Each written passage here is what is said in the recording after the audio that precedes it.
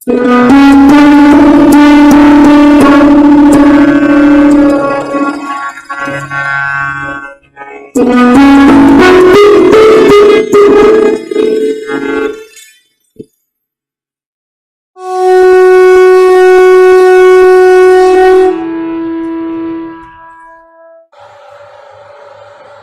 माता और बंधुओं, अभी एक भजन होगा और भजन के साथ साथ सभी भाई बहन अपने अपने इसका ध्यान करेंगे। कल बहुत डिटेल में बताया कि ध्यान कैसे किया।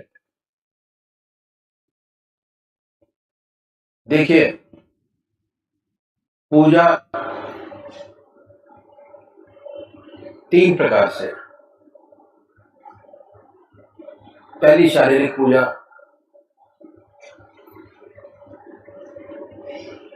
शरीर से। शरीर पूजा में लगा है,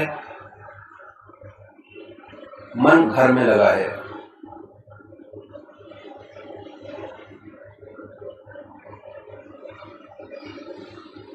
उसमें जो चीजें आती हैं, मंदिर जाना, जल चढ़ाना, आरती गाना,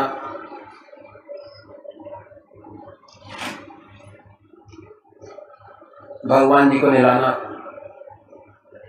शारीरिक पूजा। क्रिया योग,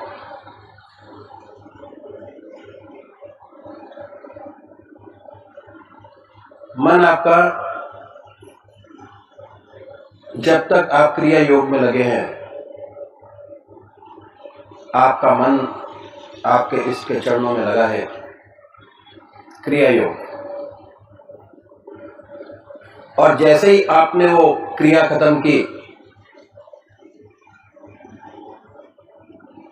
फौरन मन संसारिक कामों में लग गया, बल्कि क्रिया योग करते करते भी मन आपके इष्ट के चरणों में पूरा नहीं लगता। दूसरी पूजा, ध्यान, मन से। इसमें दोनों चीजें शामिल होती हैं, मन भी शामिल है और शरीर भी शामिल है। इसकी जो कैटेगरी है उसमें आते हैं ध्यान योग, सहज योग, आनंद योग, हठ योग। मन से। मन आपके इसके चरणों में ऐसा लग के रह जाए, उस समय ना कोई बात आपके जहन में आए, ना दिमाग में आए।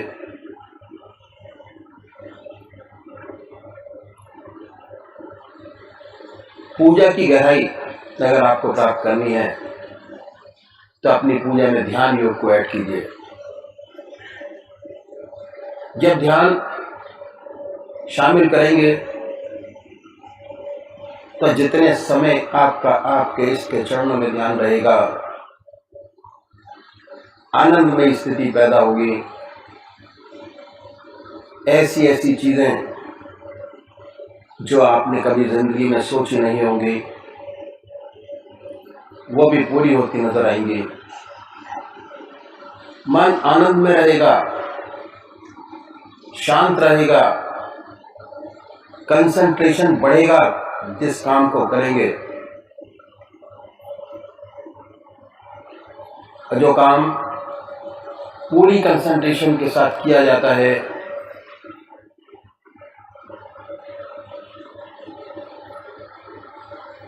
उसकी ऊंचाइयां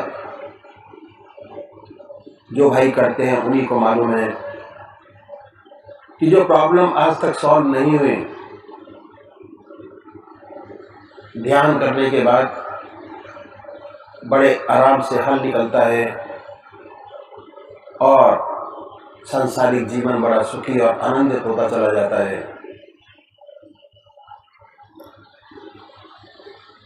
ध्यान योग मन से जो पूजा करते हैं, शरीर भी शामिल है और मन भी शामिल है। जैसे जैसे मन ध्यान योग के अंदर जिस सिस्टम से बताया गया उस तरीके से किया जाए तो जो मानसिक पूजा है वो आत्मिक पूजा में बदल जाती है और आनंदमय स्थिति, परमानंद की स्थिति प्राप्त होती है। तो करना शुरू कैसे है कि सबसे पहले निश्चित कीजिए कि परमात्मा की कौन सी मूर्त, कौन सी सूरत, कौन सी शक्ल, कौन सी मूर्ति आपको सबसे ज्यादा प्यारी लगती है। एक इसको चुनिए। इस एक नाम एक। उसके बाद ये महसूस कीजिए कि हमारा इस सह शरीर हमारे सामने विद्यमान है।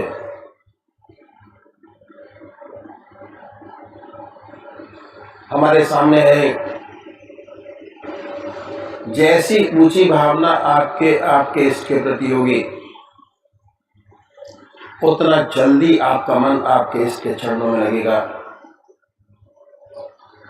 जब तक आप ध्यान करते हैं उन्हीं के ख्याल में रहिए, उन्हीं को देखिए, ना कोई सांसारिक बात याद आए न ख्याल। शुरू में दिक्कत होती है। शुरू में जब आप ये क्रिया करेंगे तो बहुत सारे विचार आपके सामने आएंगे। जैसे जैसे इस क्रिया में डूबते चले जाएंगे ध्यान योग के, वैसे वैसे विचारों में कमी आती चली जाएगी और एक समय ऐसा होगा आप होंगे, आपके इष्ट का ध्यान होगा, आपका इष्ट आपके सामने होगा। हृदय की हर धड़कन पर जो नाम आपका है, जो आपने चुना है, जो आपको सबसे ज्यादा प्यारा लगता है, उसको हृदय की हर धड़कन पर उच्चारित होते सुने। और जब तक ऐसा ना हो बड़े प्यार से अपने इष्ट के नाम को जिह्वा से ले सकते हैं। दूसरे वो भाई हैं जो निराकार भगवान के उपासक हैं। ओम, अल्लाह, वाहेगुरु, जीसस क्राइस्ट, गॉड, बड़े प्यार से नाम को चुनिए। जो नाम आपकी आत्मा को अच्छा लगता है चुने। दिल की हर धड़कन पर उस नाम को उच्चारित होते सुने और ये महसूस करें कि जब हमारे दिल की धड़कन धड़कता है, दिल की धड़कन से नाम निकल रहा है और पूरे शरीर में वाइब्रेट करता है, उसकी वाइब्रेशन को महसूस करें और परमानंद की स्थिति को प्राप्त करें। तो अब ये भजन होगा और भजन के साथ साथ सभी भाई बहन अपने अपने इसका ध्यान करेंगे।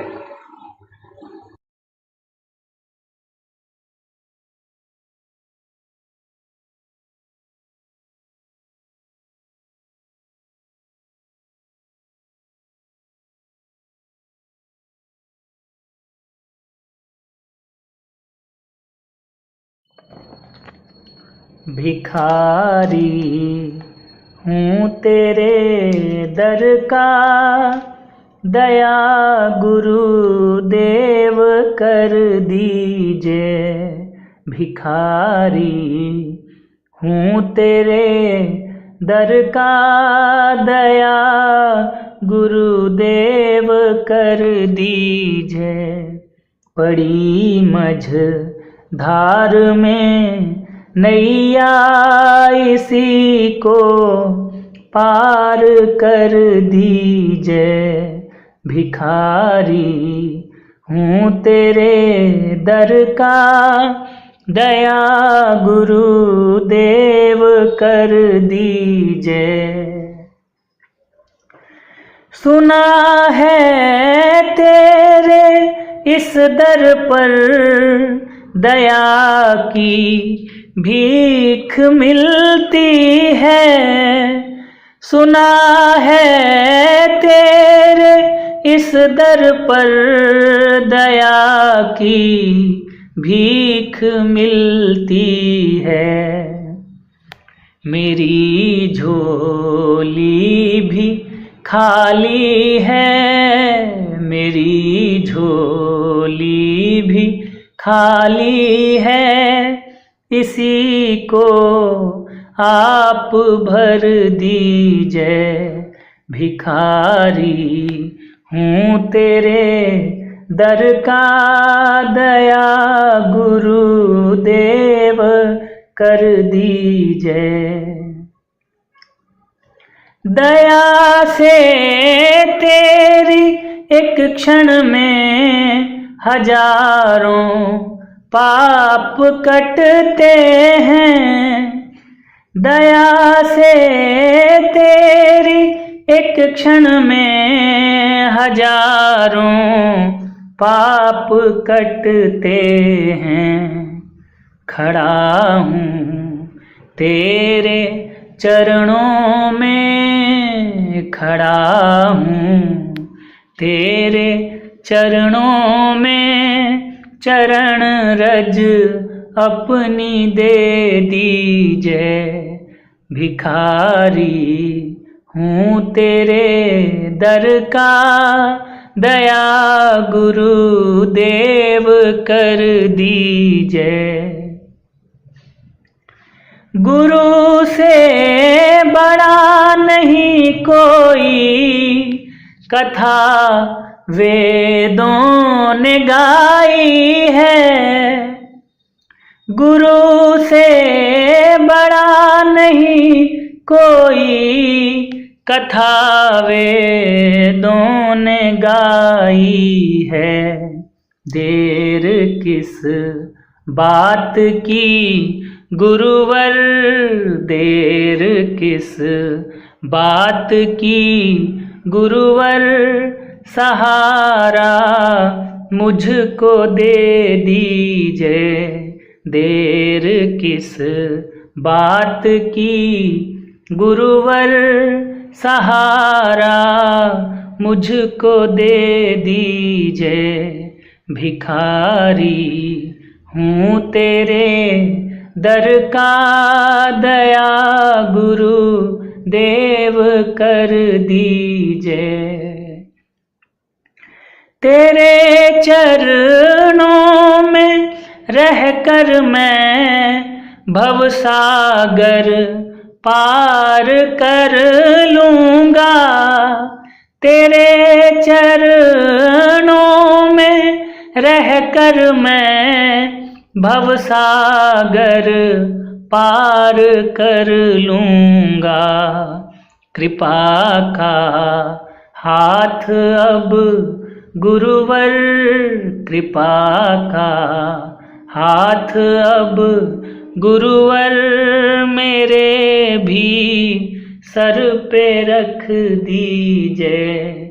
कृपा का हाथ अब गुरुवर, मेरे भी सर पे रख दीजिए। भिखारी हूँ तेरे दर का, दया गुरुदेव कर दीजिए। पड़ी मझ धार में नैया, इसी को पार कर दीजिए। भिखारी हूँ तेरे दर का, दया गुरुदेव कर दीजिए।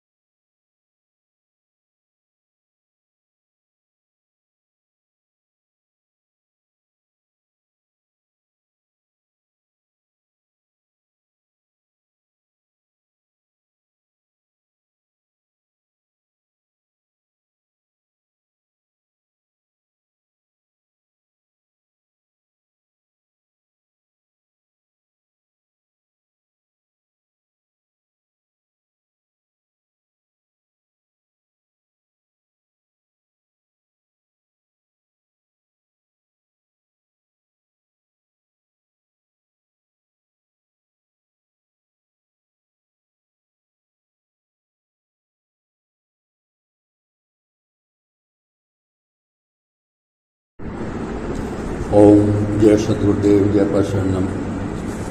श्री ब्रजमोहन वचनामृत परिच्छेद 12 बुजुर्गों के संस्मरण।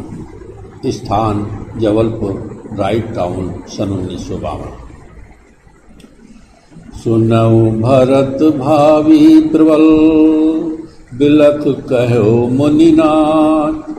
हानि लाभ जीवन मरण जस अपजस विद्यात। आज तारीख 12/11/52 है। प्रातःकाल के 7:30 बजे हैं। सत्संगी भाई बहनों ने आराम प्रारंभ कर दिया। ठीक 8 बजे श्री सुखदेव महाराज बैठक में पधारे और भाइयों से साधारण कुशल क्षेम पूछकर आंतरिक ध्यान में चले गए। धीरे धीरे सभी भाई ध्यान अवस्थित हो गए। कमरे में सन्नाटा छा गया है। आनंद धारा में सब गोते खा रहे। यह समय 1 घंटा बराबर चलता रहा। तत्पश्चात श्री सुखदेव जी महाराज ने आंखें खोली और बड़े ही मधुर कंठ से निम्रित भजन गाया। रघुवर तुमको मेरी लाज, सदा सदा मैं शरण तिहारी। तुम बड़े गरीब निवाज, पतित उदाहरण बिरद तिहारो। ईश्वरन सुनी आवाज, हो तो पतित पुरातन कहिए पार उतारो जहाज। अधखंडन दुख भंजन जन के यही तिहारो काज। तुलसीदास पर कृपा करिए भक्ति दान देहु आज। इसके पश्चात श्री सुखदेव जी महाराज ने फरमाया, देखो भाई, फकीर संत जन 3 बातों को अपना मित्र बनाते हैं। पहली प्रथम बीमारी, द्वितीय मृत्यु और तृतीय हक दरवेश। जब बीमारी आती है तो वे खिन्न नहीं होते, वरन प्रभु जी को धन्यवाद देते हैं कि इसके द्वारा उनका स्मरण होता है। जहां भगवान की सच्ची याद आई नहीं कि आदि बीमारी आती आप गई और आदि औषधि आदि से हृदय में आत्म सुख का अनुभव होता है। यह कोई साधारण बात नहीं। धन्य वे प्राणी जिन्हें यह हालत नसीब होती है। दूसरे वे मृत्यु को नहीं भूलते। जब वह आती है दुखी नहीं होते, किंतु वो उसका आदर मित्र के समान करते हैं। परमात्मा के दर्शन में शरीर का जो पर्दा रहता है मृत्यु हटा देती है। वह अनुपम सुख का बोध कराती है। जब वे मृत्यु को ऐसा समझते हैं तो मृत्यु भी उन्हें बड़ी सरलता से ऊपर ले जाती है और शरीर छोड़ते समय जो दुष्ट है, पीड़ा सब साधारण प्राणियों को होती है, उन्हें नहीं होती। तीसरे, संतजन सदा हक दरवेशी अदा करते हैं। दरवेशी क्या है? पर्दापोशी। दूसरों की बुराइयों को प्रकट नहीं करते, उन्हें छिपाते हैं। हाँ, यदि दूसरों के अवगुण प्रकट ना करें किंतु अपने भीतर उनके विषय में गुनगुनाते रहें, तो इससे तो कहीं बढ़कर यह है कि उन्हें खोल दें। क्योंकि इसमें केवल यही बात होगी कि दुनिया के लोग बुरा भला कहेंगे और हृदय तो हमेशा गंदा ना रहेगा। चाहिए तो यह है कि बुराइयां दिल में ना आवे, उनके लिए प्रार्थना करें और ईश्वर से उनकी भलाई चाहें। यही प्रेम मार्ग है। इसी से अध्यात्म में उन्नति होती है। आपने आगे फरमाया कि पूज्यपाद श्री लाला जी महाराज कहा करते थे कि हमारी लगन ईश्वर में इस प्रकार हो कि जब कभी लोगों के बीच में भी बैठे हों अथवा बाजार की गलियों में होकर जा रहे हों, सब कुछ देखते हुए कुछ ना देखें, सब कुछ सुनते हुए कुछ ना सुने। एकांत की अवस्था इतनी घनी हो कि बाहर की कुछ बातों का असर ना पड़े। हृदय में केवल परमात्मा की याद हो और सब विचारों से खाली हो। मन और वाणी से दुनिया के काम करें जो ईश्वर ने हमारे जिम्मे दिए हैं। इसके विपरीत जो लोग एकांत में निवास करते हैं परंतु सांसारिक बातों में उनका मन लगा रहता है, ऐसे लोग एकांत में भी बाजार लगाए बैठे हैं। प्रभु जी ऐसे मिथ्याचरण से बचाए। तत्पश्चात परम संत महात्मा श्री रघुवर दयाल जी महाराज का वह अमृत भरा उपदेश दोहराया जो उन्होंने सत्संग भाई को गंगा स्नान के कारण सत्संग में देरी होने पर दिया।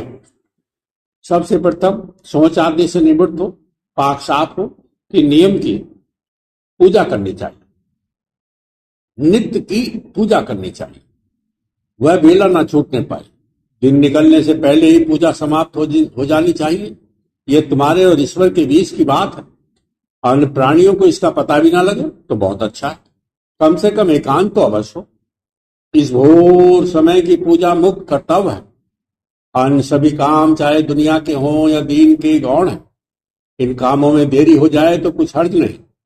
गंगा जी संत जनों के घट में विराजती है। उनकी धार चोटी के स्थान से निकल कर नीचे आती है। ये प्रेम की धार है। भक्तजन इसमें नित्य स्नान करते रहते हैं।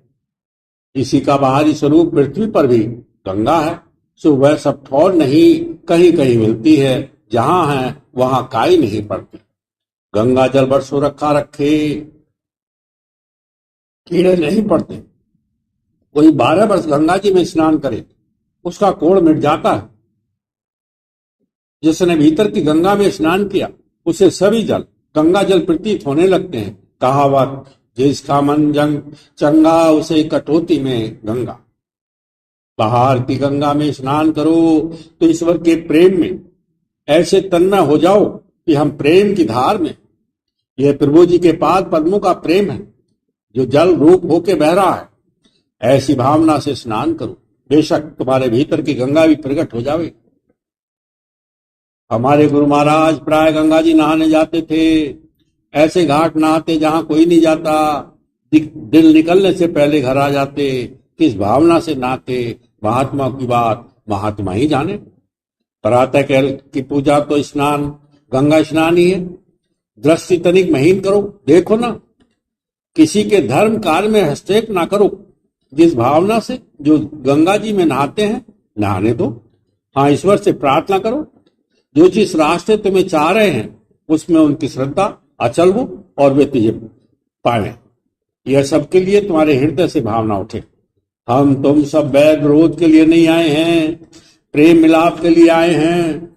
जो ईश्वर से सच्चे मन से प्रेम करता है वह सबका है और सब उसके हैं। कोई बेगाना नहीं रह जाता। जवान से कहने की बात नहीं हो, ऐसी सचमुच हृदय में बीते।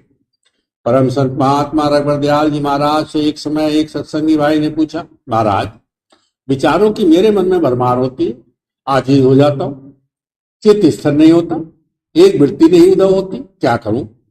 श्री महाराज जी ने फरमाया, विचारों को आने दो, इनको क्या कोई रोक सकता है? हाँ, इनकी ओर तुम ध्यान ना दो। जैसे रास्ते में मुसाफिर आते जाते रहते हैं, कोई उनको रोक नहीं सकता। अगर कोई उनको रोकने की चेष्टा करे वह पागल गिना जाएगा। ऐसे ही विचारों की भरमार से विचलित ना हो। वे अपना काम करें, तुम अपना करो, दोष आता है उस पर ध्यान देने से। हाँ, इससे बचो। दूसरे जितना यदि तुम संसार के लोगों से मिलोगे और सांसारिक झगड़ों में पड़ोगे, उतना ही अपने हृदय को बाहरी बातों से दूषित कर लोगे। वे पूजा के समय तुम्हें विकसित करेंगे। इसलिए भक्तों को हुक्म है कि वे जरूरत का काम सबका करें, तन मन से सबके दुख दर्द में शरीक हो, परंतु मर्यादा के बाहर मेल मिलाप न करें। इससे वे अपना तथा दूसरों का सच्चा कल्याण करेंगे। इस प्रकार के जीवन से विचार जो पूजा में तंग करते हैं नहीं आवेंगे। हमारे पूज्य जनाब लाला जी महाराज का काम सभी प्रकार के लोगों के साथ पड़ता था, परंतु उन लोगों की संगति का प्रभाव उनके हृदय को कभी छू तक ना पाता। पदम पत्रवत जीवन बिताते थे। अपने प्रभु की याद में उनका चित्त निरंतर स्थिर रहता। सब व्यवहार परमात्मा की ओर से मानकर उसे करते। यह उनकी अधारणा थी। सब कुछ ईश्वर की इच्छा अनुसार हो रहा है। इससे उन्हें हार्दिक खुशी मिलती। श्री लाला जी महाराज दूसरों के हक का कैसा ख्याल रखते थे। जहां रहते वहां से कचहरी 4.25 मील की। उन दिनों इक्के का किराया 2 पैसे था। उन्हें केवल 10 रुपए मिलते थे। उसमें चाहते तो कुछ पैसा बचा ही लेते, किंतु वह कहते, मुझे दूसरों के हक का पैसा खर्च ना करना चाहिए। निदान वह अपने ऊपर कष्ट सह लेते, पैदल जाते, पैदल लौटते, और कहते ये पैसा दूसरे भाइयों के काम आएगा। कचहरी आते जाते 8.5 मील हो जाते। श्री गुरु महाराज जी का स्थान घर से 6 फरलांग था। इस प्रकार रोज लगभग 10 मील उन्हें चलना पड़ता था, परंतु सब कुछ भगवत की ओर से मानकर नित्य प्रसन्न बदन देख पड़ते। जो आत्म सुख बड़े बड़े सम्राटों को नसीब नहीं, वह वे नित्य अनुभव करते। इस प्रकार उन्होंने अपने जीवन को कसा था। बचपन में हमारे पूज्य पिताजी ने हम लोगों को ऐसी शिक्षा दी थी। घर पर सवारियां होते हुए भी पैदल चलने का अभ्यास कराया था। धन धान से संपन्न होते हुए भी शादी का जीवन बिताया था। कभी सुनहरे और रेशमी कपड़े पहना के घर से बाहर जाने का हुक्म नहीं देते थे। नियमित आहार देते थे। बेचा समय पर चटपटी चीज बाजार से कभी न खाने की आज्ञा देते। इन्हीं सब शिक्षाओं का परिणाम था कि वे पीछे समय के फेर से तंगी के दिनों में भी अपने कुल की मर्यादा पूर्ववत बनाए रखे। जब इस प्रकार का जब्त होगा, तभी कुशन के द्वारा पैदा होने वाले बाहर के दोषों से बचत होगी। तभी चित्त में स्फूर्ति और एकाग्रता आवेगी। धैर्य से काम लो, संकटों में घबराओ नहीं, सब काम सिद्ध होगा। सत्संग के जल से नित्य हृदय पटल धोते रहो। एक समय आएगा जब सभी विकार आत्म साक्षात्कार होने पर आप ही आप नष्ट हो जाएंगे। आत्मविद्या को छुपा रखने के विषय में श्री चचा जी महाराज ने, हमारे पूज्य पिताजी रघुवर दयाल जी महाराज ने फरमाया, मुझे तहसील अलीगढ़ में 27 वर्ष निवास करना पड़ा था। 15 वर्ष तो किसी ने कुछ न जान पाया कि मैं कुछ आंतरिक अभ्यास करता हूँ। 4-5 वर्ष तक तो घर में भी किसी ने न जान पाया। कोई जनाब लाला जी ने तो इतना छिपाया कि उन्हें तालीम देने की आज्ञा मिली तो पूज्य भावा जी ने जाना। इस प्रकार आत्मविद्या के महत्व को समझाकर श्री महाराज जी ने कहा, इसे बिना अधिकारी के अन्य के सामने फेंकना उचित नहीं। यह क्यों ना हो, योगीराज भगवान श्री कृष्ण जी ने इसकी ओर गुह्यतम महत्व कह के संकेत किया। यह विद्या एक अत्यंत गोपनीय भेद है, जिसको संत जन आर्थ अधिकारी पाकर के प्रकट करते हैं, नहीं तो मौन रहते हैं। जब तक जिज्ञासु जनों में इसकी जिज्ञासा उदय नहीं होती, गुप्त रहते हैं। भगवान शिव जी ने पार्वती महारानी से इसका भेद तभी खोला था जब वह दीन दुखी हो उनकी शरण में आकर इसकी जिज्ञासा करने लगी और कहने लगी, यद्यपि जो सीता नहीं अधिकारी, दासी मन क्रम वचन तुम्हारी, गूढ़ तत्व न साधु दुरावही, आरत अधिकारी जह पावई। कठोर निषद में यमराज ने नचिकेता को उपदेश करते हुए यही कहा कि यह ब्रह्म विद्या अत्यंत दुर्लभ है। बिल्ले ही को सुनने को मिलती है, सुनकर बिल्ले ही उसे बोध करते हैं। इसका कहने वाला आश्चर्य रूप है, इसका समझने वाला भी आश्चर्य रूप है। जिन महापुरुषों ने उसे अनुभव से जाना है, वे ही कुशल अधिकारी को बुझा सकते हैं, अन्य कोई नहीं। यह तो हृदय की विद्या है, इल्म सीना है। एक रोशन हृदय दूसरे हृदय को रोशन कर सकता है। देरी अधिकारी बनने में, अध्यात्म विद्या के प्रदान करने में देरी नहीं लगती। यह आश्चर्य रूप संत सदगुरु ही से प्रदान करते हैं। जन्म जन्मांतर के पुण्यों के प्रभाव तथा भगवान के अत्यंत अनुग्रह से संत जन मिलते हैं। फिर सब बिगड़ाया जीवन सुधर जाता है।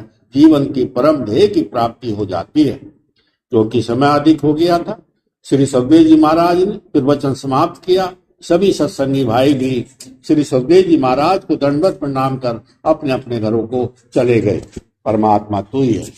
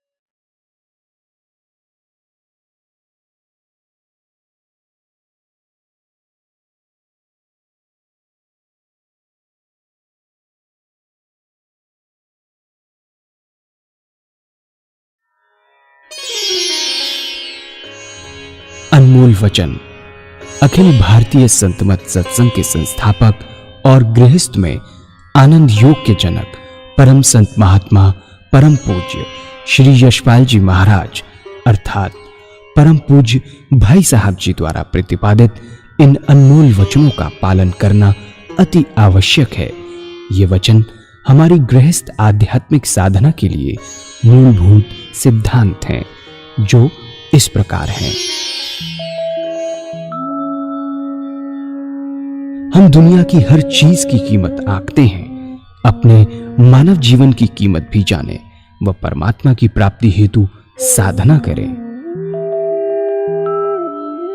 मनुष्य योनि एक उपहार है, इसीलिए परमात्मा को धन्यवाद देते हुए आधा घंटा प्रातःकाल, आधा घंटा सायंकाल पूजा अवश्य करें। सत्संग, सतनाम व सद्गुरु को प्राथमिकता देते हुए इसी के आधार पर ध्यान योगाभ्यास अवश्य करें व गृहस्थ के कार्यों को परमात्मा का कार्य समझकर उसी की याद में संपन्न करें। हर समय यह ध्यान रहे कि गुरु कृपा द्वारा परमात्मा की पवित्र सत्ता का हमारी आत्मा में वास है, अतः मन में निरंतर अपने इष्ट देव का जाप करें। मान सम्मान की इच्छा ना करें व अपमान से दुखी ना हो। परमात्मा के अतिरिक्त किसी और का भय ना करें। दूसरों की बुराई न करें, न सुने, सत्य व मधुर बोलें, अश्लील शब्द मुंह से ना निकालें, सभी से नम्रतापूर्ण व सुंदर व्यवहार करें। धर्म पत्नी के अतिरिक्त अपने से बड़ी से माता जैसा, बराबर की से बहन जैसा व छोटी से पुत्री जैसा व्यवहार करें। सांसारिक जीवन यापन की आवश्यकताएं अंतहीन हैं, इसीलिए अधिक से अधिक समय सत्संग में व धन परोपकार में खर्च करें। याद रखें, न स्त्री माया है, न धन दौलत, न ही परिवार। माया वह है जो हृदय को परमात्मा से दूर हटा दे। अतः निरंतर सत्संग और सद्गुरु की शरण में रहने का प्रयास करें। भोजन अपने इष्ट को अर्पण कर प्रसाद रूप में परमात्मा की याद में करें। रात्रि में सोने से पहले अच्छे बुरे कार्यों का आत्मनिरीक्षण कर उसका समुचित पश्चाताप करते हुए ध्यान करें व प्रभु की गहरी याद में ही विश्राम करें। परमात्मा तू ही है, तेरी इच्छा पूर्ण हो।